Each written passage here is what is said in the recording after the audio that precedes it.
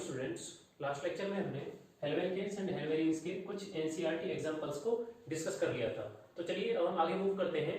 Next example है हमारे पास, draw the structures of major mono halo products in the following reactions. हमारे पास यहाँ कुछ इनकम्प्लीट रिएक्शंस हैं और इनके प्रोडक्ट्स हमें यहाँ पर ड्रॉ करने हैं। तो देखिए फर्स्ट है हमारे पास जिसमें साइक्लोहेक्सेन पर एक OH ग्रुप अटैच है, तो ये क्या हो गया, साइक्लोहेक्सेनॉल। साइक्लोहेक्सेनॉल की रिएक्शन किसके साथ है, थायोनल क्लोराइड के साथ, थायोनल क्लोराइड के साथ। अब देखिए हमें यहाँ प्रोडक्ट क्या बनाना है, mono hello product. Mono hello product का मतलब क्या होता है, मोनो हेलो प्रोडक्ट का मीनिंग होता है कि वहां पर एक हेलोजन एटम अटैच रहेगा, केवल एक हेलोजन एटम अटैच। तो जैसे ही यहाँ इस अल्कोहल से थायोनल क्लोराइड की रिएक्शन होती है तो हमें क्या मिलता है, हेलो एल्केन। क्या मिलता है, हेलो एल्केन। यहाँ पर क्लोरीन अटैच हो जाएगा और यहाँ प्रिपरेशन हमारे पास किसकी हो गई है, एल्काइल हैलाइड की, हेलो एल्केन्स की प्रिपरेशन हो गई है। प्लस बाई प्रोडक्ट क्या बनेंगे, SO2 plus HCl, SO2 plus HCl। तो हम सिंपल समझ सकते हैं, जब हम हेलो एल्केन्स की प्रिपरेशन पढ़ते हैं तो प्रिपरेशन मेथड में फर्स्ट जो प्रिपरेशन मेथड है वो क्या है, फ्रॉम अल्कोहल। के हेलो एल्केन्स की प्रिपरेशन कैसे होती है, अल्कोहल से। तो अल्कोहल में एक मेथड है, when alcohol react with thionyl chloride then the formation of halo alkane and by product sulphur dioxide and HCl। तो देखिए यहाँ एक ध्यान देने वाली बात है कि सल्फर डाइऑक्साइड और HCl यहाँ पर गैसियस फॉर्म में प्रेजेंट रहेंगे और प्रोडक्ट में प्रोडक्ट से एस्केपेबल रहेंगे, प्रोडक्ट से बाहर निकल जाएंगे। तो यहाँ पर हमें very pure halo alkane obtain हो जाएगा। यहाँ जो प्रोडक्ट में हेलो एल्केन यहाँ प्रिपेयर हुआ है ये क्या है, very pure form of halo alkene. ठीक है, उसके बाद सेकंड देखिए, सेकंड है हमारे पास एक बेंजीन रिंग और बेंजीन पर एक नाइट्रो कंपाउंड यहाँ अटैच है, नाइट्रो ग्रुप है और एक इथाइल ग्रुप है CH2CH3। ठीक है, इसकी रिएक्शन है Br2 के साथ, एक हेलोजन के साथ इसकी रिएक्शन है किसकी प्रेजेंस में है, यूवी लाइट के प्रेजेंस में। ठीक है, अब देखिए यहाँ पर फ्री रेडिकल रिएक्शन ये रहेगी, फ्री रेडिकल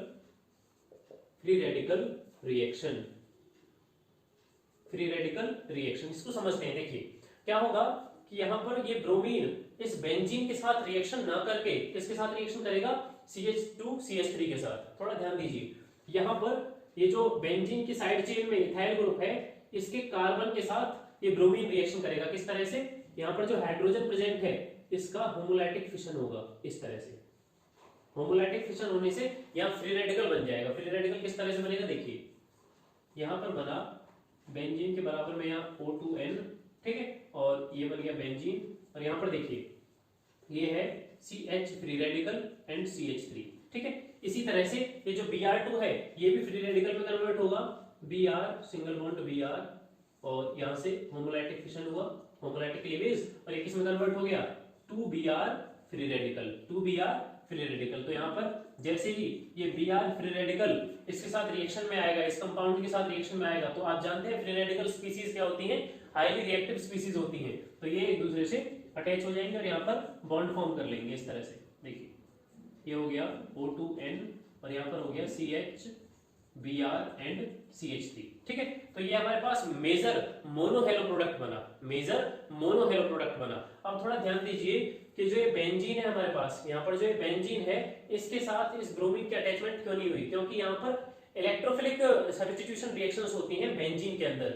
जो प्रायोरिटी होती है, जो मेजॉरिटी होती है बेंजीन की, वो किस टाइप की रिएक्शन शो करने की होती है, इलेक्ट्रोफिलिक सब्स्टिट्यूशन रिएक्शन। लेकिन यहाँ पर क्या है, यहाँ पर फ्री रेडिकल फॉर्म हुआ है, यहाँ पर क्या फॉर्म हुआ है, फ्री रेडिकल। मैंने कहा आपसे मेजॉरिटी इलेक्ट्रोफिलिक की होती है, ऐसा नहीं कि ये फ्री रेडिकल रिएक्शन नहीं देती हैं या फिर न्यूक्लियोफिलिक सब्स्टिट्यूशन रिएक्शन नहीं देती हैं, ये सारी रिएक्शंस देंगी, लेकिन मेजॉरिटी होती है इलेक्ट्रोफिलिक रिएक्शंस की। बाकी जो रिएक्शंस ये देती हैं न्यूक्लियोफिलिक या फ्री रेडिकल रिएक्शन, तो हमारे पास कुछ रिक्वायर्ड कंडीशन होती हैं, उसके अकॉर्डिंग ये न्यूक्लियोफिलिक सब्स्टिट्यूशन रिएक्शन देती हैं और फ्री रेडिकल रिएक्शन देती हैं। ठीक है, तो यहाँ पर क्या हुआ, मेजर मोनो हेलो प्रोडक्ट हमारे पास ये बन गया, मेजर प्रोडक्ट ये बन गया। अब साइड जो हमारे पास बाय प्रोडक्ट बनेगा, वो बाय प्रोडक्ट क्या है, हमारे पास एक Br फ्री रेडिकल बचा है और यहाँ से एक हाइड्रोजन फ्री रेडिकल है, तो एक प्लस होके क्या बना लेंगे, HBr। ठीक है, इस तरह से ये सेकंड रिएक्शन कंप्लीट हुई। अब देखिए थर्ड रिएक्शन में क्या है, बेंजीन पर एक OH अटैच है और यहाँ पर एक CH2OH है। ठीक है, अब थोड़ा ध्यान दीजिए, अगर हम इस OH की बात करें तो ये किस पर अटैच है, एक एल्काइल ग्रुप पर, ये एक एल्काइल ग्रुप पर अटैच है। और यहाँ पर ये OH अगर हम देखें तो ये एक बेंजीन पर अटैच है, तो ये क्या हो गया, फेनोलिक, ये यहाँ क्या हो गया, फिनोलिक OH और ये क्या हो गया अल्कोहलिक, अल्कोहलिक, अल्कोहलिक हो गया। ठीक है, तो ये हमारे पास एक अल्कोहल है और ये क्या है फिनोल है। अब थोड़ा ध्यान दीजिए HCl क्या है, HCl एक हेलोजन एसिड है। जब हम HCl की रिएक्शन फिनोल और अल्कोहल इनके साथ कॉम्बिनेशन फॉर्म में कराते हैं तो HCl किसके साथ रिएक्शन करता है, केवल अल्कोहलिक OH के साथ, केवल इस अल्कोहल के साथ रिएक्शन करेगा, ना कि इस फिनोल के साथ। थोड़ा ध्यान दीजिए, यहाँ पर ये HCl किस तरह से ब्रेक हुआ, H पॉजिटिव और Cl नेगेटिव, और Cl क्या है हमारे पास न्यूक्लियोफाइल, Cl क्या है न्यूक्लियोफाइल। तो हमने न्यूक्लियोफाइल को यहाँ पर सब्स्टिट्यूट करना है, न्यूक्लियोफाइल को सब्स्टिट्यूट करना है। अब मैं आपको सेकंड रिएक्शन में बता चुका हूं कि बेंजीन में किस तरह की रिएक्शन होती है, electrophilic substitution reaction, electrophilic substitution reaction. लेकिन यहाँ पर क्या है न्यूक्लियोफाइल है, तो यहाँ से OH नहीं हटेगा, बेंजीन वाला जो OH है वो यहाँ से नहीं हटेगा, क्योंकि ये न्यूक्लियोफिलिक सब्स्टिट्यूशन रिएक्शन है, ना कि इलेक्ट्रोफिलिक सब्स्टिट्यूशन। तो यहाँ पर रिएक्शन कुछ इस तरह से हो जाएगी, प्रोडक्ट क्या बन जाएगा, प्रोडक्ट बन जाएगा हमारे पास ये OH तो बिल्कुल सेम रहेगा, यहाँ पर HO ये तो सेम रहेगा, यहाँ से चेंज हो जाएगा CH2Cl। तो देखिए अल्कोहलिक जो OH है यहाँ पर न्यूक्लियोफिलिक सब्स्टिट्यूशन रिएक्शन तो हो जाएगी इस अल्कोहल के साथ, लेकिन इस फिनोल के साथ रिएक्शन नहीं होगी। मैं बार बार बता दूं कि बेंजीन के साथ जब OH अटैच है तो यहाँ पर इलेक्ट्रोफिलिक सब्स्टिट्यूशन रिएक्शन होगी, ना कि न्यूक्लियोफिलिक। और Cl हमारे पास क्या है एक न्यूक्लियोफाइल। ठीक है, तो हमारे पास मेजर प्रोडक्ट ये हो जाएगा, यहाँ पर अल्कोहलिक OH हट जाएगा और इसकी जगह क्या आ जाएगा न्यूक्लियोफाइल Cl। ठीक है, क्लोरीन यहाँ पर आ जाएगा। उसके बाद फोर्थ देखिए, फोर्थ में हमारे पास एक साइक्लोहेक्सेन है, साइक्लोहेक्सेन है, लेकिन वहां पर डबल बॉन्ड आने की वजह से ये क्या हो गई है इन साइक्लोहेक्सीन। ठीक है, अब साइक्लोहेक्सीन की रिएक्शन किसके साथ है, ब्रोमीन के साथ है, हीट और यूवी लाइट के प्रेजेंस में। ठीक है, हमने यूवी लाइट के प्रेजेंस में एक और रिएक्शन की थी ये वाली, और ये कौन सी रिएक्शन है, फ्री रेडिकल रिएक्शन। यहाँ पर जो मैकेनिज्म यूज होती है वो किस टाइप से होती है, फ्री रेडिकल मैकेनिज्म। अब फ्री रेडिकल यहाँ पर फॉर्म होगा, थोड़ा ध्यान दीजिए, यहाँ पर जो जो डबल बॉन्डेड कार्बन थे उनके साथ ब्रोमीन की रिएक्शन नहीं हुई थी, ब्रोमीन वहां पर अटैच नहीं हुआ था जहां पर डबल बॉन्डेड कार्बन है।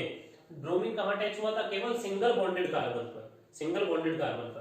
तो अब देखिए ब्रोमीन यहां तो अटैच नहीं होगा, ना तो इस कार्बन पे ना ही इस कार्बन पे, क्योंकि ये क्या है डबल बॉन्डेड कार्बन है। लेकिन अगर हम नेक्स्ट कार्बन की बात करें, या तो इसको ले लीजिए या इसको ले लीजिए। ठीक है, आपकी मर्जी है, क्योंकि ये दोनों ही इक्विवेलेंट पोजीशन पे है। इन दोनों में से किसी भी कार्बन पर ये ब्रोमीन अटैच हो जाएगा और सेम फ्री रेडिकल मैकेनिज्म से ये रिएक्शन हो जाएगी और यहाँ पर हो जाएगा Br। अब हमें क्योंकि मोनो हेलो प्रोडक्ट बनाना है, केवल एक ही हेलोजन एटम अटैच होना चाहिए, तो हमने केवल एक ही ब्रोमीन को यहाँ पर अटैच किया है, और यहाँ से जो हाइड्रोजन निकलेगा वो इसके साथ क्या बना लेगा HBr हेलोजन एसिड यहाँ से बन जाएगा बाय प्रोडक्ट के फॉर्म में, और हमारे पास मेजर प्रोडक्ट हो जाएगा ये वाला। ठीक है, ये हो जाएगा मेजर मोनो हेलो प्रोडक्ट। ठीक है, तो ये हमारा हो गया फोर्थ पॉइंट। फिफ्थ रिएक्शन है CH3CH2Br प्लस NaI। यहाँ पर हम एल्काइल हैलाइड की रिएक्शन किसके साथ करेंगे, सोडियम आयोडाइड के साथ। अब थोड़ा ध्यान दीजिए, हमें क्या बनाना है, mono hello product. Mono hello product मतलब एक ही हेलोजन एटम होना चाहिए, किसमें हमारे पास जो हाइड्रोकार्बन है उसमें केवल एक ही हेलोजन एटम अटैच होना चाहिए। अब ये तो रिएक्टेंट में भी है, रिएक्टेंट में अगर हम ध्यान दें तो ब्रोमीन ऑलरेडी है एक हेलोजन एटम। ठीक है, लेकिन हमें यहाँ पर क्या करना है, सोडियम आयोडाइड के साथ रिएक्शन करके इसका कोई अलग प्रोडक्ट बनाना है। तो अब देखिए हमें प्रिपरेशन तो किसकी करनी है, हेलोएल्केन की, और हेलोएल्केन ही हमारे पास रिएक्टेंट में है। तो यहाँ पर कौन सा मेथड यूज होगा, हेलोजन एक्सचेंज, हेलोजन एक्सचेंज। देखिए अगर हम हेलोजन एक्सचेंज करते हैं तो क्या होगा, ब्रोमीन सोडियम के पास आ जाएगा और आयोडीन ब्रोमीन की जगह पर आ जाएगा। ठीक है, अब देखिए आयोडीन और ब्रोमीन एक दूसरे से एक्सचेंज हो जाएंगे, तो प्रोडक्ट क्या बनेगा हमारे पास, CH3CH2I प्लस NaBr। अब देखिए हमारे पास ये हेलोजन एक्सचेंज मेथड है, हेलोजन एक्सचेंज मेथड जो कि हम प्रिपरेशन ऑफ हेलोएल्केन में पढ़ते हैं, वहां पर 2 मेथड यूज होते हैं हेलोजन एक्सचेंज के अंदर। एक तो स्वार्ट्स मेथड है और एक फिंकलस्टेन मेथड है। एक स्वार्ट्स है, एक फिंकलस्टेन है। और फिंकलस्टेन में हम क्या प्रिपेयर करते हैं, फिंकलस्टेन में हम प्रिपेयर करते हैं आयोडोएल्केन। मेनली हम क्या यहाँ पर प्रिपेयर करते हैं, आयोडोएल्केन। तो यहाँ पर कौन सा मेथड है, फिंकलस्टेन। किसकी प्रेजेंस में होगी रिएक्शन, एसीटोन की प्रेजेंस में रिएक्शन होगी, और इसे हम हीट करेंगे, इसे हम हीट करेंगे। इस रिएक्शन का नाम क्या है, फिंकलस्टेन रिएक्शन, फिंकलस्टेन रिएक्शन। फिंकलस्टीन रिएक्शन में क्या होता है, हैलोजन एक्सचेंज, हैलोजन का एक्सचेंज होता है और यहाँ पर क्या बनेगा हमारे पास इथाइल आयोडाइड। इथाइल आयोडाइड हमारे पास क्या बनेगा, मेजर मोनोहेलो प्रोडक्ट, मोनोहेलो प्रोडक्ट। ठीक है जी। उसके बाद देखिए नेक्स्ट रिएक्शन है हमारे पास सिक्स्थ, जहां पर हमारे पास एक एल्कीन है, साइक्लोएल्कीन। ठीक है, साइक्लोएल्कीन में एक मिथाइल ग्रुप अटैच है, एक कार्बन पर मिथाइल ग्रुप अटैच है और इसकी रिएक्शन किसके साथ है, HI के साथ। ठीक है, हेलोजन एसिड के साथ ये रिएक्शन है। अब थोड़ा ध्यान दीजिए, अगर हम इसकी मिरर इमेज चेक करते हैं, मिरर इमेज अगर हम यहां से चेक करें तो इसकी जो मिरर इमेज है वो कैसी आएगी, अनसिमेट्रिकल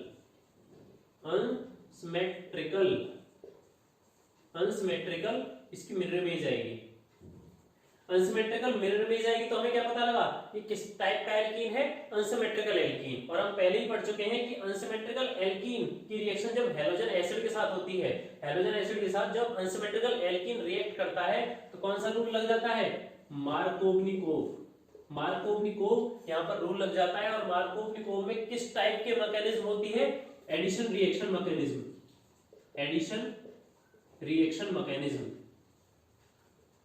रिएक्शन यहां पर होती है। तो एडिशन रिएक्शन का मीनिंग क्या होगा कि हाइड्रोजन आयोडाइड कंप्लीटली इस कंपाउंड में ऐड हो जाएगा, ना तो एलिमिनेट होगा कुछ भी और ना ही सब्स्टिट्यूट होगा। तो देखिए प्रोडक्ट क्या बनेगा, प्रोडक्ट हमारे पास बन जाएगा मार्कोवनिकोव रूल के अकॉर्डिंग अगर हम बात करें तो हमारे पास कार्बोकैटायन देखना होता है, कार्बोकैटायन की स्टेबिलिटी देखनी होती है। तो देखिए हमारे पास हाइड्रोजन है H पॉजिटिव और आयोडीन है I नेगेटिव। अगर हम यहां ध्यान दें तो पाई बॉन्ड क्या होता है, वीक होता है सिग्मा बॉन्ड की अपेक्षा, तो यहाँ पाई बॉन्ड ब्रेक होगा। अब पाई बॉन्ड किस तरह से ब्रेक होगा ये हमें चेक करना है। पाई बॉन्ड ब्रेक होगा कुछ इस तरह से, इस तरह से। ठीक है, पाई बॉन्ड ब्रेक होने का मतलब क्या हुआ कि यहाँ पर ये इलेक्ट्रॉन आ गए हैं इस कार्बन पर। ठीक है, और यहाँ पर क्या आ गया, यहाँ पर CH3 तो है ही ऑलरेडी, यहाँ पर पॉजिटिव चार्ज और प्रेजेंट हो गया, पॉजिटिव चार्ज और आ गया क्योंकि ये जो इलेक्ट्रॉन पेयर है कहां ट्रांसफर हो गए, इस वाले कार्बन पे। उसके बाद देखिए यहाँ पर नेगेटिव चार्ज आ जाएगा, यहाँ पर पॉजिटिव चार्ज। अब देखिए यहां से H पॉजिटिव और I नेगेटिव अब रिएक्शन में आएंगे। अब थोड़ा ध्यान दें, अब ये रिएक्शन में आएंगे। ठीक है, अब थोड़ा ध्यान दीजिए कि H पॉजिटिव कहां अटैच हो जाएगा, इस साइड पे, इस पॉजिटिव साइड पे अटैच होगा और I नेगेटिव इस पॉजिटिव साइड पे अटैच हो जाएगा। ये H पॉजिटिव हो नेगेटिव साइड पे और I नेगेटिव पॉजिटिव साइड पे अटैच हो जाएगा और हमारे पास मेजर कंपाउंड क्या बनेगा, मेजर कंपाउंड हमारे पास बन जाएगा CH3 एंड I। ठीक है, ये हमारे पास बना मेजर मोनोहेलो प्रोडक्ट। ठीक है, तो इस तरह से हमने 6th पॉइंट में भी मेजर प्रोडक्ट को फाइंड कर लिया है। 6th क्वेश्चन है arrange each set of compounds in order of increasing boiling points. तो देखिए हम यहाँ 2 सेट्स गिवन हैं कंपाउंड्स के और उसमें हमें चेक करना है increasing order of boiling point. तो चलिए स्टार्ट करते हैं। इसका आंसर है, फर्स्ट पॉइंट है हमारे पास ब्रोमोमीथेन। तो देखिए यहाँ पर ये क्या है, कंपाउंड फॉर्म में गिवन है। ठीक है, और यहाँ पर हम फॉर्मूला फॉर्म में लिखेंगे। देखिए ब्रोमोमीथेन, इसका फॉर्मूला क्या है, CH3Br। मीथेन है तो CH3Br bromo, comma bromoform CHBr3, comma chloromethane CH3Cl, comma dibromomethane CH2Br2। तो इस तरह से हमारे पास फर्स्ट सेट है जिसमें हमें चेक करना है बॉइलिंग पॉइंट का इंक्रीजिंग ऑर्डर। ठीक है, अब देखिए अगर हम बॉइलिंग पॉइंट की बात करें तो यहाँ पर 2 फैक्टर्स हैं। एक तो है सरफेस एरिया, सेकंड है मॉलिक्यूलर मास। तो देखिए इन 2 फैक्टर्स के अकॉर्डिंग हम यहाँ पर चेक करेंगे बॉइलिंग पॉइंट का ऑर्डर। देखिए सबसे पहले हमारे पास मॉलिक्यूलर मास। तो यहाँ अगर हम कंपाउंड्स को चेक करें तो यहाँ पर 1 कार्बन एंड 1 कार्बन, हर एक कंपाउंड में केवल एक ही कार्बन प्रेजेंट है, मतलब एक मिथाइल ग्रुप यहाँ पर प्रेजेंट है। उसके बाद देखिए अगर हम हैलोजेंस की बात करें तो यहाँ पर ब्रोमीन, एक ब्रोमीन है, यहाँ पर 3 ब्रोमीन है, यहाँ पर एक क्लोरीन है और यहाँ पर 2 ब्रोमीन है। ठीक है, तो देखिए मॉलिक्यूलर मास के कॉन्सेप्ट के अकॉर्डिंग अगर हम चेक करें तो हमारे पास हैलोजन ग्रुप क्या है, क्लोरीन, ब्रोमीन और आयोडीन। अगर हम डाउन द ग्रुप मूव करते हैं तो मॉलिक्यूलर मास क्या होता है, इंक्रीज इंक्रीज होता है, डाउन द ग्रुप मूव करते हैं तो क्या होता है, मॉलिक्यूलर मास इंक्रीज होता है। अब हम जानते हैं कि पहले क्लोरीन आता है उसके बाद ब्रोमीन, तो ब्रोमीन का मॉलिक्यूलर मास किससे ज्यादा है, क्लोरीन से ज्यादा है, ठीक है। और मॉलिक्यूलर मास अगर ज्यादा है तो बॉइलिंग पॉइंट उसके डायरेक्टली प्रोपोर्शनल रहेगा। हम यहाँ लिख सकते हैं molecular mass is directly proportional to boiling point. अगर मॉलिक्यूलर मास ज्यादा है तो बॉइलिंग पॉइंट भी ज्यादा हो जाएगा। तो वन फैक्टर जो हमारे पास मॉलिक्यूलर मास है वो क्या बताता है कि ब्रोमीन का जो बॉइलिंग पॉइंट है वो क्लोरीन से ज्यादा रहेगा। तो हमने ब्रोमीन और क्लोरीन में तो डिफरेंस देख लिया, लेकिन हमारे पास 3 ब्रोमीन है, 3 ब्रोमीन कंपाउंड है, एक में 1 ब्रोमीन है, एक में 3 ब्रोमीन है, एक में 2 ब्रोमीन है। तो ये तो ऑब्वियसली हम कह भी सकते हैं कि जहां पर ज्यादा ब्रोमीन है उसका मॉलिक्यूलर मास और ज्यादा हो जाएगा, जहां पर उससे कम है उसका थोड़ा कम हो जाएगा, और जहां पर सबसे कम है उसका सबसे कम हो जाएगा। तो यहाँ पर Br3 में क्या है, 3 ब्रोमीन प्रेजेंट है। 3 ब्रोमीन प्रेजेंट होने का मतलब क्या हो गया, मॉलिक्यूलर मास सबसे ज्यादा इसमें रहेगा Br3 में, ठीक है। उसके बाद सेकंड है Br2, इसमें मॉलिक्यूलर मास थोड़ा कम हो जाएगा क्योंकि एक ब्रोमीन कम हो गया है, और उसके बाद एक सिंगल ब्रोमीन रह गया है, यहाँ पर मॉलिक्यूलर मास थोड़ा और कम हो जाएगा। सबसे लास्ट में रहेगा क्लोरीन। तो अगर हम ऑर्डर को चेक करें, ऑर्डर हमारे पास है CHBr3 का जो बॉइलिंग पॉइंट है वो सबसे ज्यादा रहेगा, लेकिन हमें लिखना है इंक्रीजिंग ऑर्डर। तो इंक्रीजिंग ऑर्डर में सबसे कम वाले को पहले लिखेंगे, CH3Cl, उसके बाद है उससे ज्यादा CH3Br, उसके बाद है CH2Br2, एंड लास्टली सबसे ज्यादा रहेगा CHBr3 ब्रोमो फॉर्म के अंदर, ठीक है। तो ये तो हमने बात की थी मॉलिक्यूलर मास की। अब बात करें सरफेस एरिया की, तो सरफेस एरिया हम कैसे पता लगाएंगे, साइज के अकॉर्डिंग। जब हम डाउन द ग्रुप मूव करते हैं तो साइज क्या होता है, साइज भी इंक्रीज होता है, साइज भी इंक्रीज होगा। अब साइज इंक्रीज होने का मतलब क्या हुआ कि ब्रोमीन का साइज क्लोरीन से ज्यादा है, क्लोरीन से बड़ा है ब्रोमीन, ठीक है। यहाँ पर भी सेम है, हमारे पास ब्रोमीन का जो साइज है वो किससे ज्यादा है, किससे बड़ा है, क्लोरीन से। और size is also directly proportional to boiling point. जहां पर साइज ज्यादा रहेगा बॉइलिंग पॉइंट वहां पर ज्यादा रहेगा, क्योंकि साइज के बढ़ने से सरफेस एरिया इंक्रीज हो जाएगा, और सरफेस एरिया इंक्रीज होने से बॉइलिंग पॉइंट भी इंक्रीज हो जाएगा। तो यहाँ पर अगर हम साइज के अकॉर्डिंग बात करें तब भी हमारे पास सेम ऑर्डर ही रहेगा। क्यों, क्योंकि यहाँ पर 3 ब्रोमीन है तो साइज यहाँ पर बढ़ा, 1 ब्रोमीन, 2 ब्रोमीन और 3 ब्रोमीन, तो साइज बढ़ने से सरफेस एरिया बहुत ज्यादा हो गया इसका। 2 ब्रोमीन का मतलब क्या हुआ कि यहाँ पर केवल एक हाइड्रोजन बढ़ा है, और हाइड्रोजन साइज में स्मॉल होता है, हम जानते हैं, लेकिन यहाँ 1 ब्रोमीन कम होने से साइज थोड़ा कम हो गया इसकी अपेक्षा, ठीक है। साइज कम होने से सरफेस एरिया कम हो गया, यहाँ पर थोड़ा और सरफेस एरिया कम हो गया, और यहाँ सबसे कम हो गया क्योंकि क्लोरीन का साइज ब्रोमीन से कम होता है, ठीक है। तो सरफेस एरिया के अकॉर्डिंग अगर हम बात करें तब भी हमारे पास सेम ऑर्डर ही यहाँ पर रहेगा, ठीक है। अब देखिए सेकंड सेट है chloropropane CH3 CH2 and Cl, ये हो गया chloropropane. Isopropyl chloride CH3 CL and CH3, isopropyl chloride and CH3 CH2 and Cl, ये हमारे पास हो गया क्लोरोब्यूटेन। 1 क्लोरोब्यूटेन कह लो या फिर क्लोरोब्यूटेन। अब देखिए यहाँ पर हम बॉइलिंग पॉइंट का ऑर्डर चेक करते हैं, तो सबसे पहले चेक करते हैं सरफेस एरिया। तो देखिए हमें केवल इसमें कंपैरिजन करना है, फर्स्ट 2 में जो हमारे पास क्लोरोप्रोपेन है और आइसोप्रोपाइल क्लोराइड है। इसे हम कह सकते हैं 1 क्लोरोप्रोपेन, इसे 2 क्लोरोप्रोपेन भी कह सकते हैं। आइसोप्रोपाइल क्लोराइड इसका कॉमन नेम है, ठीक है। यहाँ पर देखिए क्या है, 4 कार्बन यहाँ पर प्रेजेंट है, तो 4 कार्बन प्रेजेंट होने का मतलब क्या हो गया कि यहाँ पर सरफेस एरिया भी ज्यादा रहेगा और मॉलिक्यूलर मास भी ज्यादा रहेगा। किस तरह से, देखिए यहाँ पर हमारे पास 3 कार्बन है, यहाँ पर भी 3 कार्बन है, ठीक है। तो इन दोनों में अगर मैं कंपैरिजन देखूं किसका, मॉलिक्यूलर मास का, तो यहाँ कोई कंपैरिजन नहीं है, दोनों जगह पर मॉलिक्यूलर मास सेम रहेगा क्योंकि स्ट्रक्चरल फार्मूला सेम है, तो यहाँ मॉलिक्यूलर मास तो सेम रहेगा।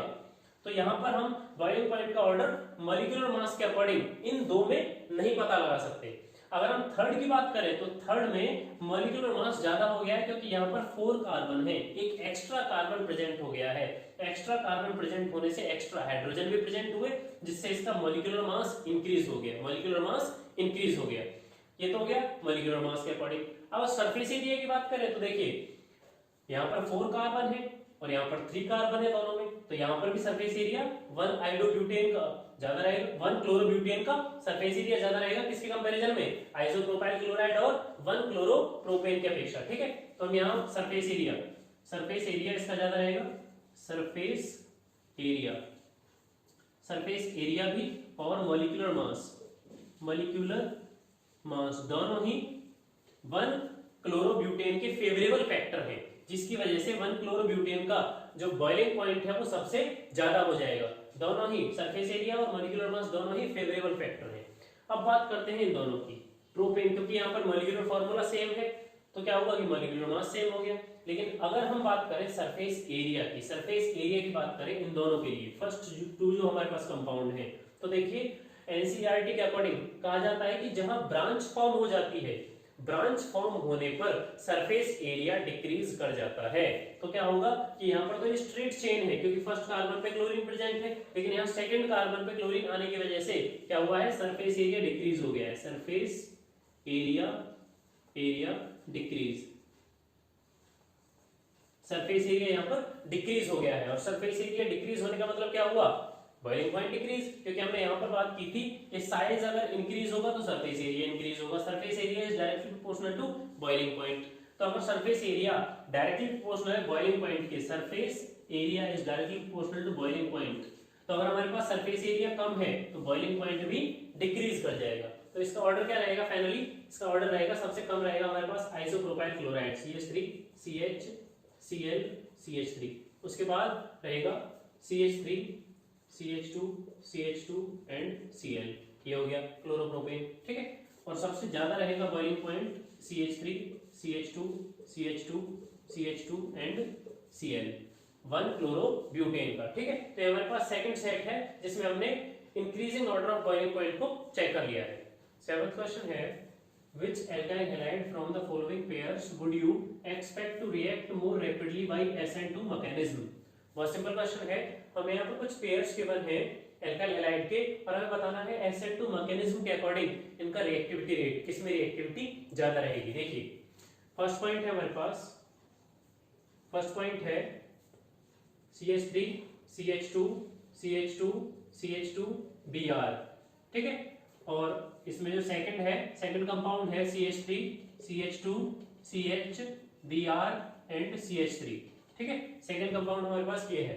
अब अगर हम देखें इन दोनों कंपाउंड्स में तो देखिए हमारे पास जो एल्काइल ग्रुप है वो क्या है, 1 2 3 4, एल्काइल ग्रुप में 4 कार्बन प्रेजेंट है फर्स्ट में, और सेकंड में भी 4 कार्बन है। तो एल्काइल ग्रुप तो सेम हो गया, एल्काइल ग्रुप सेम हो गया, और दोनों जगह पर सेम हेलोजन एटम है, दोनों जगह पर ब्रोमीन है, लेकिन उसकी जो पोजीशन है वो डिफरेंट है। देखिए फर्स्ट कंपाउंड में ये फर्स्ट कार्बन पे प्रेजेंट है, इस फर्स्ट कार्बन पे प्रेजेंट है, ठीक है।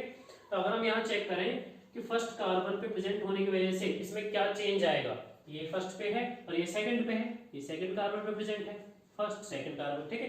तो देखिए यहाँ से हम रिएक्टिविटी रेट जो हमारे पास होगा, जो रिएक्टिविटी रहेगी उसके बारे में हम बता सकते हैं। यहाँ पर देखिए यहाँ ये ब्रोमीन जिस कार्बन से अटैच है वो कार्बन डायरेक्टली केवल एक ही कार्बन से अटैच है, तो ये क्या हो गया, प्राइमरी हैलाइड, इसे क्या बोलेंगे, प्राइमरी एल्काइल हैलाइड बोल दो या प्राइमरी हैलाइड, ठीक है। तो ये क्या हो गया, 1 डिग्री हमारे पास ये हेलोजन हो गया, 1 डिग्री हो गया। उसके बाद है सेकंड में देखिए ये जो कार्बन जिससे ब्रोमीन अटैच है ये डायरेक्टली 2 कार्बन से अटैच है, एक तो ये वाला कार्बन है, ये वाला कार्बन, तो ये क्या हो गया, सेकेंडरी या फिर 2 डिग्री, ये क्या हो गया, 2 डिग्री एल्काइल हैलाइड। अगर हम यहाँ पर SN2 की रिएक्टिविटी के बारे में बात करें, SN2 जो रिएक्शंस है, न्यूक्लियोफिलिक सब्स्टिट्यूशन रिएक्शन, बायोमोलिक्यूलर, उसकी अगर रिएक्टिविटी को चेक करें तो रिएक्टिविटी क्या है, 1 degree is greater than 2 degree is greater than 3 degree, ठीक है। 1 डिग्री जो हमारे पास एल्काइल हैलाइड है उसमें जो रिएक्शन है वो फास्टर रहेगी, स्लो हो जाएगी 2 डिग्री में, और सबसे स्लो किसमें हो जाएगी, 3 डिग्री में। उसका रीजन क्या है, उसका रीजन सिंपल है हमारे पास, स्टीयरिक इफेक्ट का मतलब क्या होता है, क्राउडिंग इफेक्ट। थोड़ा ध्यान दीजिए, क्राउड का मतलब क्या होता है, भीड़ भाड़। अब यहाँ चेक कीजिए, इस 1 डिग्री एल्काइल हैलाइड में ये ब्रोमीन जिस कार्बन से अटैच है वो केवल सिंगल कार्बन से ही अटैच है, उसके जो सराउंडिंग में है केवल 2 हाइड्रोजन, तो यहाँ पर जो क्राउडिंग इफेक्ट है वो मच लेस है, बहुत ज्यादा कम है। लेकिन यहाँ पर देखिए, यहाँ ये ब्रोमीन जिस कार्बन से अटैच है उसके दोनों साइड में बल्की ग्रुप अटैच है। बल्की ग्रुप कौन कौन से हैं, CH3 और CH2, मतलब एल्काइल ग्रुप, मिथाइल ग्रुप यहाँ पर अटैच है, जिसकी वजह से यहाँ पर क्राउड ज्यादा हो जाती है, जिसे क्या बोलते हैं हम केमिस्ट्री भाषा में स्टेरिक इफेक्ट, स्टेरिक हिंड्रेंस, जिससे क्या होगा, यहाँ पर रिएक्टिविटी स्लो हो जाएगी, रिएक्टिविटी स्लो हो जाएगी। किस मैकेनिज्म के अकॉर्डिंग? SN2 मैकेनिज्म के अकॉर्डिंग। इसलिए फर्स्ट पेयर में SN2 मैकेनिज्म के अकॉर्डिंग रिएक्शन किस में रैपिडली होगी? इस फर्स्ट कंपाउंड में। फर्स्ट कंपाउंड का नाम क्या है हमारे पास? 1 ब्रोमो ब्यूटेन। इसमें रिएक्टिविटी फास्टर रहेगी। अब सेकंड देखिए, सेकंड कंपाउंड है हमारे पास CH3 CH2 CH Br और CH3, और इसका जो सेकंड कंपाउंड है वो क्या है इस पेयर का? CH3 C CH3 Br and CH3। तो बहुत सिंपल हो गया। फर्स्ट में ही हमने काफी कुछ डिस्कस कर लिया है। सेकंड में देखिए, यहाँ पर ये जो एल्काइल हैलाइड है किस तरह का है? 2 डिग्री एल्काइल हैलाइड। और यहाँ पर देखिए ये कार्बन जिससे Br अटैच है, ये डायरेक्टली कितने कार्बन से अटैच है? 1 2 3 कार्बन से, तो ये हो गया 3 डिग्री हो गया, या टर्शरी कह सकते हैं। और हम देखते हैं कि SN2 की जो रिएक्टिविटी ऑर्डर है वो क्या है? 3 डिग्री। जो हमारे पास एल्काइल हैलाइड है उसमें सबसे लेस रिएक्शन, सबसे स्लो रिएक्शन वहां पर रहेगी। रिएक्टिविटी रेट जो रहेगा वो सबसे स्लो 3 डिग्री एल्काइल हैलाइड में रहेगा। तो यहाँ पर हमारे पास जो फर्स्ट है इसमें क्या रहेगा? 2 ब्रोमो ब्यूटेन में जो रिएक्टिविटी रेट है वो फास्टर रहेगा किसके कंपैरिजन में? सेकंड कंपाउंड के कंपैरिजन में, जो कि टर्शरी एल्काइल हैलाइड है। ठीक है, यहाँ पर भी सेम ही इफेक्ट रहेगा, स्टेरिक हिंड्रेंस, स्टेरिक इफेक्ट या फिर क्राउडिंग इफेक्ट भी बोल सकते हैं इसे आप। ठीक है, थर्ड है, देखिए थर्ड को देखिए, CH3 CH CH3 CH2 CH2 and Br, और इसका जो सेकंड कंपाउंड है वो क्या है? CH3 CH2 CH CH3 CH2 and Br। अब ये इंटरेस्टिंग पॉइंट है, बहुत ज्यादा इंटरेस्टिंग है। यहाँ पर देखिए, ब्रोमीन जिस कार्बन से अटैच है वो डायरेक्टली केवल एक ही कार्बन से अटैच है, फर्स्ट में देखिए। ठीक है, तो ये क्या हो गया? 1 डिग्री। अब यहाँ पर भी यही है, यहाँ पर भी ये डायरेक्टली केवल एक ही कार्बन से अटैच है। आप ये ना सोचा कि ये 2 कार्बन से अटैच, नहीं, ये वाला कार्बन बेशक 3 कार्बन से अटैच है। ये वाला जो कार्बन है सेकंड कार्बन, ये 1 2 3 कार्बन से अटैच है, लेकिन ये जो फर्स्ट कार्बन है ये केवल एक ही कार्बन से अटैच है। इसका मतलब क्या हुआ? यहाँ पर भी 1 डिग्री एल्काइल हैलाइड है। अब ये तो कंफ्यूजन हो गया। अब यहाँ पे कैसे चेक करेंगे? यहाँ पर हम किस तरह से चेक करेंगे कि रिएक्टिविटी रेट किसका फास्ट है, यहाँ पर कौन तेजी से रिएक्शन करेगा SN2 मैकेनिज्म के अकॉर्डिंग। तो थोड़ा ध्यान दीजिए, हमें यहाँ पर स्टेरिक इफेक्ट को ही प्रायोरिटी देनी है, स्टेरिक इफेक्ट ही यहाँ पर चेक करना है। तो देखिए, अगर हम फर्स्ट कंपाउंड में चेक करते हैं तो यहाँ पर फर्स्ट कार्बन के साथ ब्रोमीन अटैच है, फर्स्ट कार्बन के साथ ब्रोमीन अटैच है, और उसके सेकंड कार्बन पे, फर्स्ट एंड सेकंड कार्बन पे मिथाइल ग्रुप अटैच। तो यहां से डिस्टेंस थोड़ी बढ़ गई है। आप देखिए, यहां से ये सेकंड कार्बन पे मिथाइल ग्रुप अटैच है, लेकिन अगर दूसरे कंपाउंड में देखें तो दूसरे कंपाउंड में फर्स्ट कार्बन जिस पर ब्रोमीन अटैच है उससे जस्ट अगले ही कार्बन पर एक मिथाइल ग्रुप अटैच है। आप खुद से कॉमन सेंस से इस क्वेश्चन को समझिए कि जहां पर डिस्टेंस कम है मिथाइल ग्रुप की, वहां पर क्राउडिंग इफेक्ट ज्यादा रहेगा। ऑब्वियसली भाई यहाँ पर क्राउड ज्यादा हो गई है इस कंपाउंड में, अगर हम चेक करें तो यहाँ क्राउडिंग इफेक्ट ज्यादा है। स्टेरिक इफेक्ट सेकंड कंपाउंड में ज्यादा रहेगा, क्योंकि मिथाइल ग्रुप की जो पोजीशन है वो यहाँ पर पास है, थोड़ी नियर हो गई है किसके? एल्काइल हैलाइड, इस ब्रोमीन के, इस हैलोजन एटम के पास हो गई है। लेकिन यहाँ पर ये क्या है? यही थर्ड कार्बन पे प्रेजेंट है। फर्स्ट कार्बन के अकॉर्डिंग देखें तो सेकंड कार्बन पे, और अगर ब्रोमीन के अकॉर्डिंग देखें तो थर्ड कार्बन पे मिथाइल ग्रुप प्रेजेंट है, जिससे क्या हुआ है? यहाँ पर डिस्टेंस थोड़ी बढ़ गई है। डिस्टेंस बढ़ने की वजह से क्या होगा? स्टेरिक इफेक्ट डिक्रीज कर जाएगा, स्टेरिक इफेक्ट डिक्रीज कर जाएगा, जिसकी वजह से यहाँ पर SN2 मैकेनिज्म फास्टर रहेगी, किसके अपेक्षा? सेकंड कंपाउंड की अपेक्षा। ठीक है, तो यहाँ पर इसका नाम क्या है? इसका नाम चेक कर लेते हैं, 1 ब्रोमो 3 मिथाइल, और टोटल कार्बन कितने हैं? 4 कार्बन, ब्यूटेन। ठीक है, तो यहाँ पर रिएक्शन किसके साथ फास्टर रहेगी? इस फर्स्ट कंपाउंड के साथ, 1 ब्रोमो 3 मिथाइल ब्यूटेन। तो इस तरह से हमने तीनों पेयर्स में से SN2 मैकेनिज्म के अकॉर्डिंग जो फास्टर कंपाउंड है उनको चेक कर लिया है। 8th क्वेश्चन है, इन the following pairs of halogen compounds which compound undergo faster SN1 reaction. बहुत सिंपल है, हमारे पास यहाँ 2 पेयर्स गिवन है और हमें बताना है कि SN1 रिएक्शन की जो मैकेनिज्म है वो किसमें फास्टर रहेगी, किस पेयर के किस कंपाउंड में फास्टर रहेगी। तो देखिए, चेक करते हैं इसको। इसका आंसर है फर्स्ट पॉइंट में। देखिए, फर्स्ट पॉइंट में अगर हम देखें तो फर्स्ट और सेकंड पॉइंट में दोनों ही जगह हमें बॉन्ड लाइन फार्मूलाज गिवन है। तो देखिए, फर्स्ट है हमारे पास क्लोरीन एंड यहाँ पर हर जगह एक एक एल्काइल ग्रुप प्रेजेंट है, मतलब एक एक मिथाइल ग्रुप यहाँ पर प्रेजेंट है।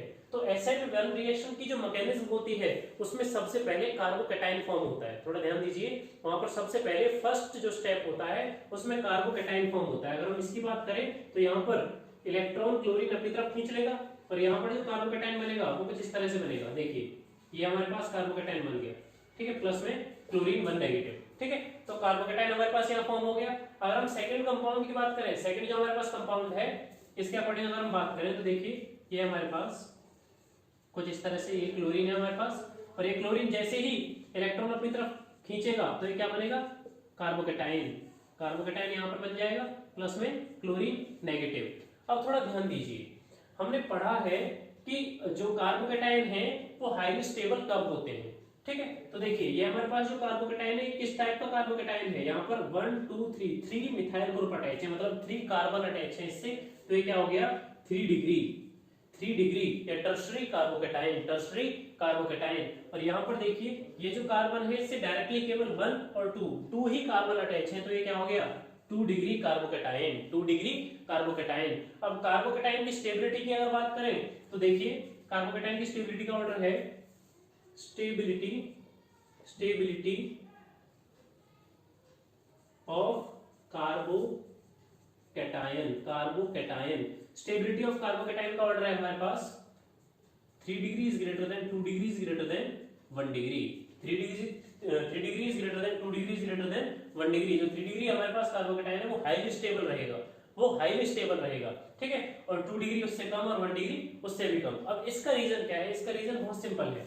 ये जो हमारे पास 3 मिथाइल ग्रुप अटैच है, यहाँ पर मैं इसे ओपन कर देता हूँ, यहाँ पर जो 3 मिथाइल ग्रुप अटैच है ये मिथाइल ग्रुप क्या है, इलेक्ट्रॉन डोनेटिंग ग्रुप। तो ये इलेक्ट्रॉन जब यहाँ पर डोनेट करेंगे तो क्या होगा कि ये पॉजिटिव चार्ज इन इलेक्ट्रॉन से न्यूट्रलाइज हो जाएगा। यहाँ पर जो ये प्रोटॉन है इन इलेक्ट्रॉन से न्यूट्रलाइज होगा। और न्यूट्रल स्पीसीज क्या होती है, स्टेबल होती है, न्यूट्रल स्पीसीज स्टेबल होती है। तो यहाँ पर तो 3 मिथाइल ग्रुप है जो इलेक्ट्रॉन यहाँ पर डोनेट कर रहे हैं, लेकिन यहाँ पर क्या है, यहाँ पर केवल ये जो हमारे पास है 2, ये CH3 और ये CH3, यहाँ केवल 2 ही मिथाइल ग्रुप हैं जो इलेक्ट्रॉन यहाँ पर डोनेट कर रहे हैं, जिससे ये पॉजिटिव स्पीसीज स्टेबलाइज होगी, ठीक है। तो यहाँ पर स्टेबिलिटी थोड़ी कम हो गई क्योंकि यहाँ पर केवल 2 ही मिथाइल ग्रुप है और यहाँ पर क्या है 3 मिथाइल ग्रुप, तो यहाँ पर स्टेबिलिटी ज्यादा रहेगी कार्बोकैटायन में, ठीक है। और जहां स्टेबिलिटी ज्यादा होती है वहीं पर SN1 रिएक्शन के अकॉर्डिंग रिएक्टिविटी रेट भी ज्यादा होता है। अब देखिए जब ये जो कार्बोकैटायन है इसी फॉर्म में स्टेबल रहेगा, आप खुद से समझिए, जब ये कार्बोकैटायन जो टर्शरी कार्बोकैटायन है यहाँ पर ये स्टेबल रहेगा तो इस कार्बोकैटायन पर ये जो हमारे पास कार्बोकैटायन है इस तरह से, इस कार्बोकैटायन पर न्यूक्लियोफाइल का अटैक पॉसिबल है। आप खुद से समझिए, ये इसी पोजीशन में अगर स्टेबल रहेगा, अगर ये इसी पोजीशन में स्टेबल रहेगा तो OH नेगेटिव आयन यहाँ पर अटैक कर सकता है आसानी से और प्रोडक्ट हमारे पास बन जाएगा। यहाँ पर जो प्रोडक्ट है वो बन जाएगा हमारे पास इस तरह से, ठीक है। तो ये क्यों पॉसिबल हुआ, OH नेगेटिव जो हमारे पास आयन है, जो न्यूक्लियोफाइल है, उसने इस इलेक्ट्रोफाइल पर अटैक कब किया, जब ये हाईली स्टेबल था, इस पोजीशन में ये स्टेबल रहे। नहीं तो आपने कहीं नहीं ये सुना होगा ना देखा होगा कि जो चार्ज स्पीसीज है वो स्टेबल हो, ऐसा नहीं है, ठीक है।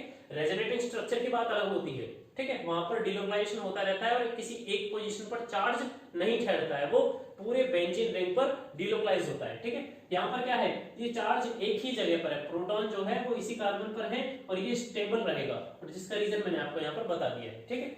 अब यहाँ पर हमें पता लग गया कि 3 डिग्री जो कार्बोकैटायन है वो हाईली स्टेबल रहेगा और रिएक्टिविटी भी SN1 रिएक्शन के अकॉर्डिंग उसकी ज्यादा रहेगी। तो यहाँ पर SN1 मैकेनिज्म के अकॉर्डिंग अगर रिएक्टिविटी रेट चेक करें तो 3 degree is greater than 2 degree is greater than 1 degree, यही रहेगा, ठीक है।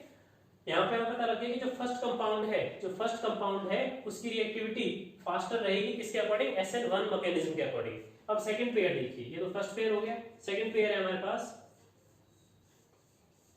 ये वाला, यहाँ पर ये क्लोरीन है और ये हमारे पास और में है सेकंड जो पेयर है कुछ इस तरह से ये। अब देखिए यहाँ पर जो ये क्लोरीन है ये क्या है, 2 डिग्री एल्काइल हैलाइड है, 2 डिग्री एल्काइल हैलाइड है, और ये क्या है 1 degree alkyl halide, 1 degree alkyl halide, क्योंकि ये क्लोरीन केवल डायरेक्टली केवल एक ही कार्बन से अटैच है और वो कार्बन भी एक ही कार्बन से अटैच है, ठीक है।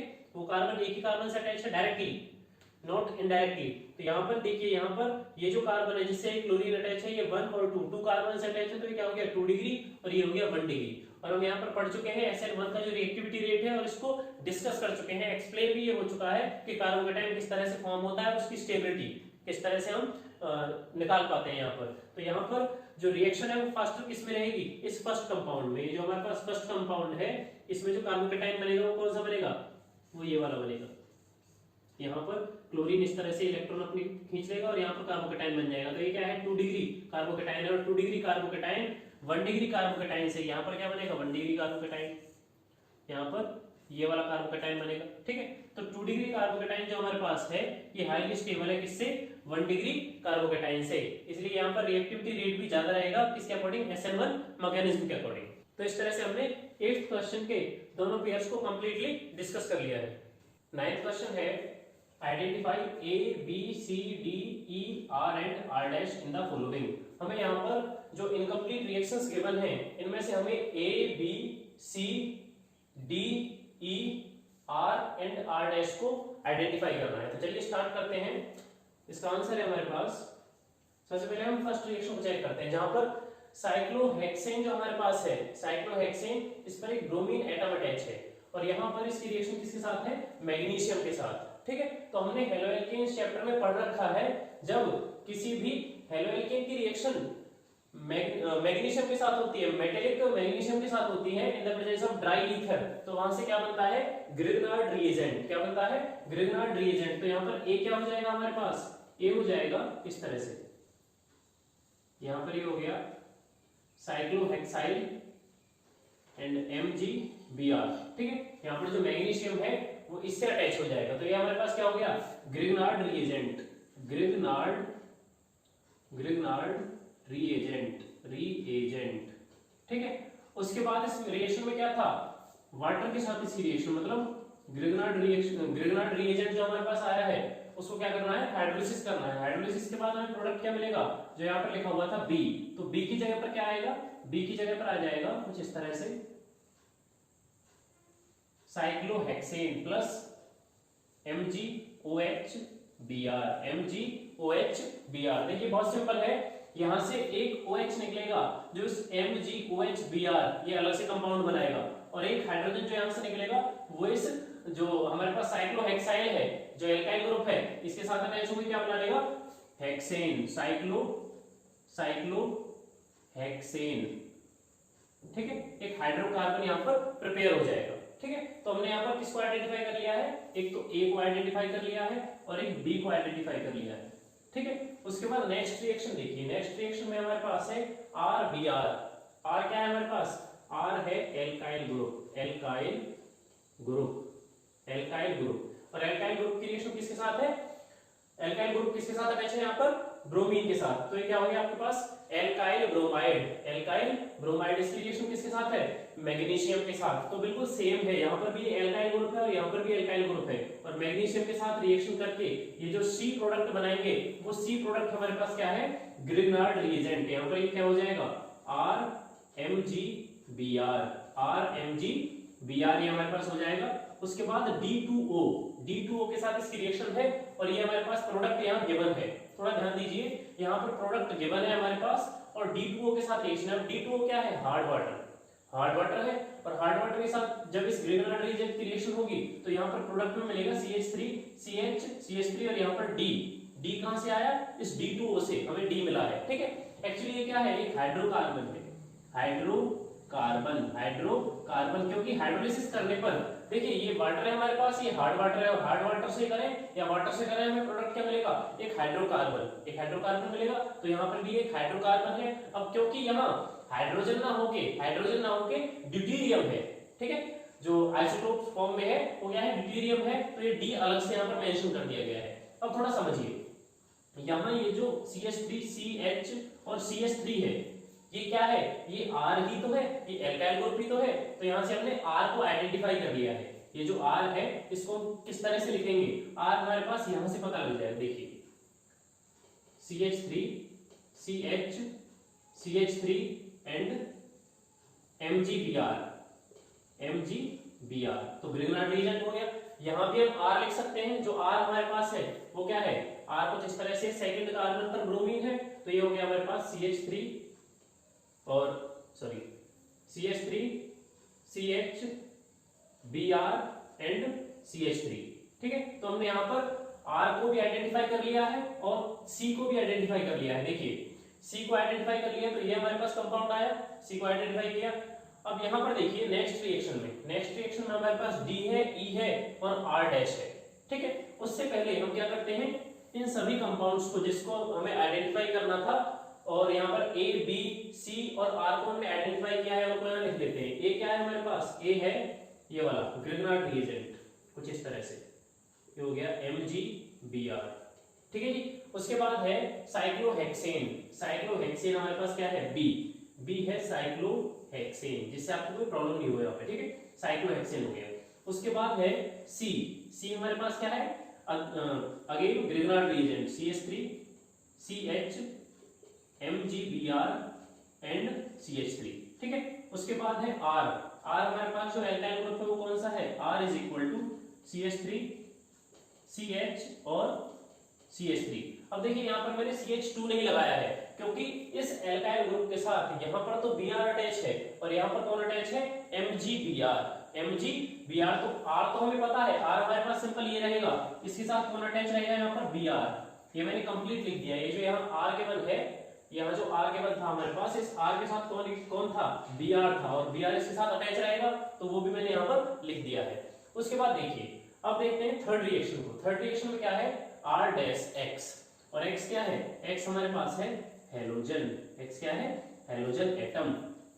अब अगर हम R को देखें तो R क्या है, R एक एल्काइल ग्रुप है, एल्काइल ग्रुप। ठीक है, और एल्काइल ग्रुप अगर X के साथ बॉन्डेड है तो वो क्या है, एल्काइल हैलाइड। और एल्काइल हैलाइड की रिएक्शन अगर सोडियम की प्रेजेंस में और ईथर की प्रेजेंस में, सोडियम के साथ होती है और ईथर की प्रेजेंस में होती है, तो किस तरह की रिएक्शन है, वो है वुड्स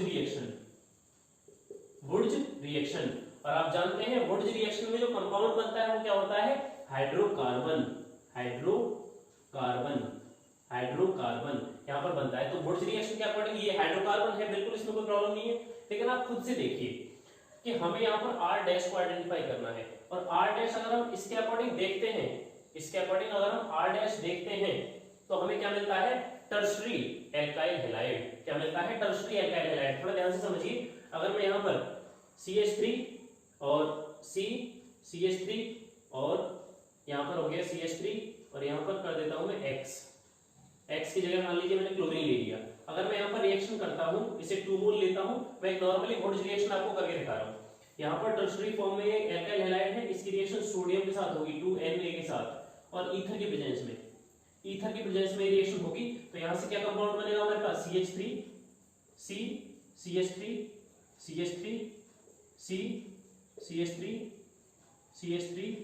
एंड CH3। तो आप देखिए ये और ये बिल्कुल सिमिलर तो है, ये और ये बिल्कुल सिमिलर है, तो ये कौन सी रिएक्शन है, वुड्स रिएक्शन। अब आप देखिए अगर आपने वुड्स रिएक्शन के बारे में थोड़ा सा भी पढ़ा है तो वुड्स रिएक्शन की कंडीशन है कि अगर हमारे पास प्राइमरी एल्काइल हैलाइड है या सेकेंडरी एल्काइल हैलाइड है तभी वुड्स रिएक्शन होगी, तभी यहाँ पर वुड्स रिएक्शन। ये फेवरेबल कंडीशंस अगर हमारे पास है, फेवरेबल कंडीशन क्या है, प्राइमरी और secondary alkyl halide only, not tertiary alkyl halide. और ये क्या है, टर्शरी एल्काइल हैलाइड या 3 degree alkyl halide. 3 degree alkyl halide में ये कंपाउंड नहीं बनेगा, 3 डिग्री एल्काइल हैलाइड में ये कंपाउंड नहीं बनेगा। यहाँ पर डीहाइड्रोहैलोजिनेशन हो जाएगा, मतलब एलिमिनेशन रिएक्शन हो जाएगी और प्रोडक्ट क्या बनेगा, प्रोडक्ट इसकी जगह बन जाएगा हमारे पास CH3 डबल बॉन्ड CH2। ये हमारे पास प्रोडक्ट बन जाएगा। आप खुद से देखिए यहाँ पर क्या हुआ है, इसमें और इसमें डिफरेंस क्या है, इसमें एक तो क्लोरीन यहाँ से बाहर निकाल दिया गया है इस कार्बन से और एक हाइड्रोजन यहाँ से निकाला गया है। हाइड्रोजन आप चाहे तो इस कार्बन से निकाल सकते हैं, आप चाहे तो इस कार्बन से निकाल सकते हैं, आप चाहे तो इस कार्बन से निकाल सकते हैं और यहाँ पर डबल बॉन्ड हो गया, CH2 हो गया यहाँ पर। ठीक है, तो ये एल्कीन यहाँ पर फॉर्म हो जाएगा, एल्कीन यहाँ पर हमारे पास प्रोडक्ट मिलेगा। मेजर प्रोडक्ट जो हमें मिलेगा वो क्या मिलेगा, एल्कीन। मेजर मैं तो ये कहूँ ऑलमोस्ट 100%। 100% हमारे पास एल्कीन बनेगा जब हमारे पास टर्शरी एल्काइल हैलाइड है। तो मैं कह सकता हूँ ये जो हमें रिएक्शन में, ये जो क्वेश्चन में हमें प्रोडक्ट दे रखा है, ये क्या है? Wrong product, wrong product, wrong product. इतना पता लग गया।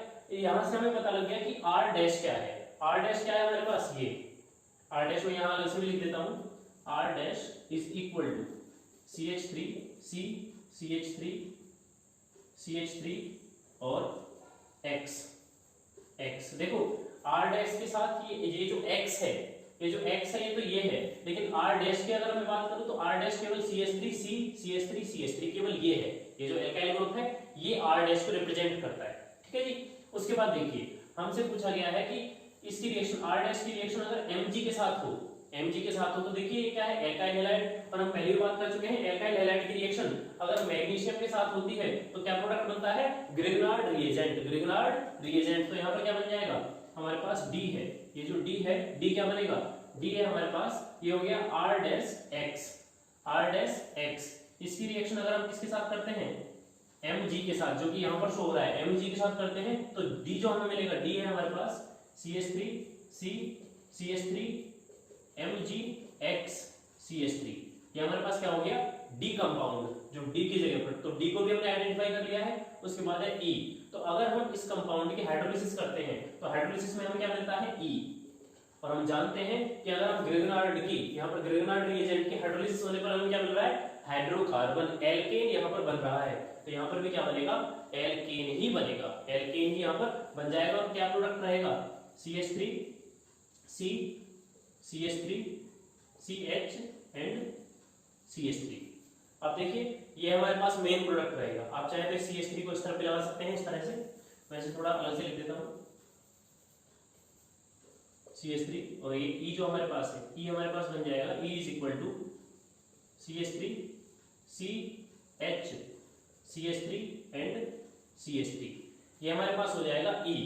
E को भी हमने आइडेंटिफाई कर लिया है। तो एक बार चेक कर लेते हैं। हमसे कहा गया है A B C D E R and R dash को हमें इसमें आइडेंटिफाई करना है। तो हमने देखिए A को भी आइडेंटिफाई किया है, B को भी आइडेंटिफाई कर लिया है, C को किया है, उसके बाद R को भी किया है, R को भी आइडेंटिफाई कर लिया है, R डैश को भी किया है, D को भी किया है आइडेंटिफाई, और E को भी कर लिया है, ठीक है। तो इस तरह से हमने 9th क्वेश्चन में जो कुछ हमसे पूछा गया है, जिसके बारे में हमें आइडेंटिफिकेशन पूछी गई है, हमने उस सबको आइडेंटिफाई कर लिया है। तो इस तरह से हमने हेलोएल्केन्स एंड हेलोएरिन्स के एनसीईआरटी एग्जांपल्स को कंप्लीट कर लिया है। आई होप कि आपको ये सभी एग्जांपल समझ में आए होंगे। अगर उनमें कोई डाउट है तो आप कमेंट सेक्शन में पूछ सकते हैं।